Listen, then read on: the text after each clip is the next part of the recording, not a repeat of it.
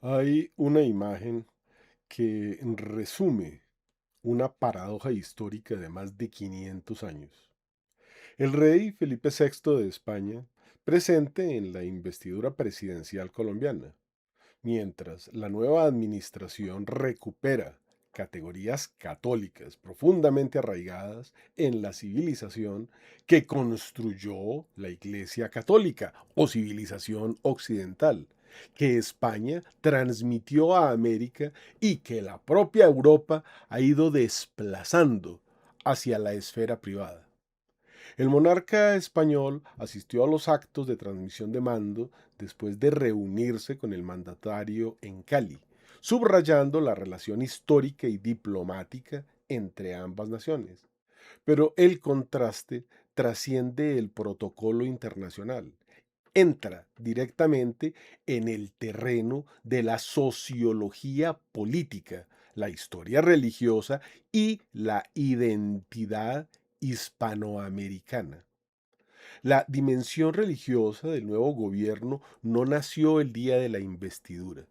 Desde la campaña apareció el concepto de patria milagro y posteriormente una auténtica pedagogía religiosa de la nación.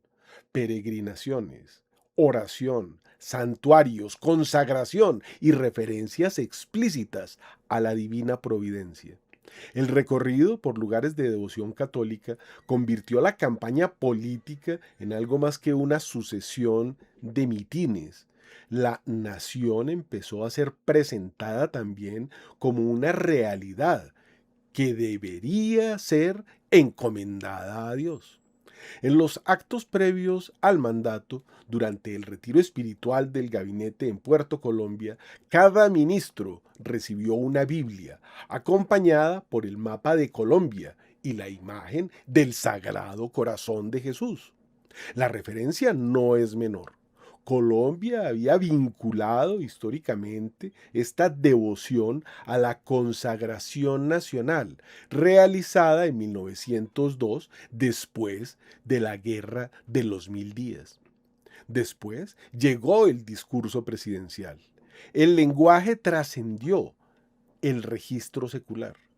El primer campo de batalla de un gobernante es su propio corazón, dijo el presidente. Y el que está de rodillas delante de Dios jamás será vencido. Aparecieron además Jesucristo, verdad, justicia, humildad, sabiduría, bien común y patria. La ceremonia evocó a Salomón, el rey bíblico que pidió sabiduría para gobernar. La imagen de la Virgen de Fátima acompañó el acto y el cierre fue inequívoco. ¡Viva Cristo Rey! No estamos, por tanto, ante un simple catálogo de referencias devocionales. Aparece una determinada concepción moral de la autoridad. Toda autoridad precede de Dios y el gobernante debe responder ante una verdad que lo precede. La política debe orientarse al bien común y la patria aparece como una responsabilidad que trasciende el interés individual. El derecho natural o divino impera. La política moderna suele hablar de instituciones, indicadores, eficiencia, derechos, procedimientos y administración. Este discurso introduce otra gramática, la que es conciencia, verdad, pecado y mal, sabiduría, humildad, oración, Dios, patria y bien común. El poder no comienza en el Palacio de Nariño, comienza en el corazón del gobernante. Es una concepción muy antigua de la autoridad política. Antes de preguntarse qué puede hacer el Estado, hay que preguntarse qué hombre está ejerciendo el poder. Eso es precisamente el punto en el que la expresión teología política adquiere sentido como categoría de análisis. Frente a esta recuperación del lenguaje religioso, se encontraba el representante de una España cuya relación con el catolicismo ha experimentado una transformación profunda. La corona conserva las formas, vinculadas a la tradición, pero la sociedad española está mucho más secularizada que aquella España que durante siglos definió públicamente su identidad católica. El contraste resulta particularmente significativo.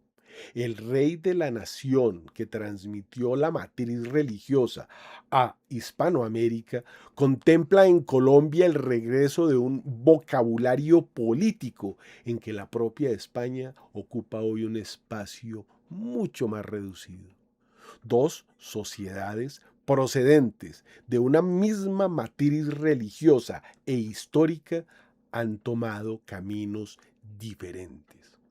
La coincidencia adquiere todavía mayor fuerza por la fecha.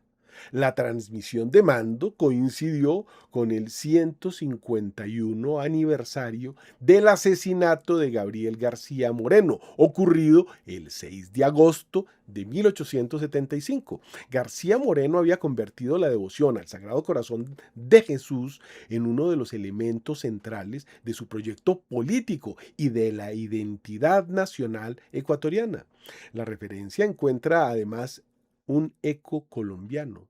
En 1902, después de la Guerra de los Mil Días, Colombia realizó su propia consagración al Sagrado Corazón. Está en la patria del Sagrado Corazón, vinculada posteriormente al Templo del Voto Nacional de Bogotá, allá en San Victorino. Y en la ceremonia estaba Daniel Noboa, presidente del Ecuador, entre otros jefes de Estado.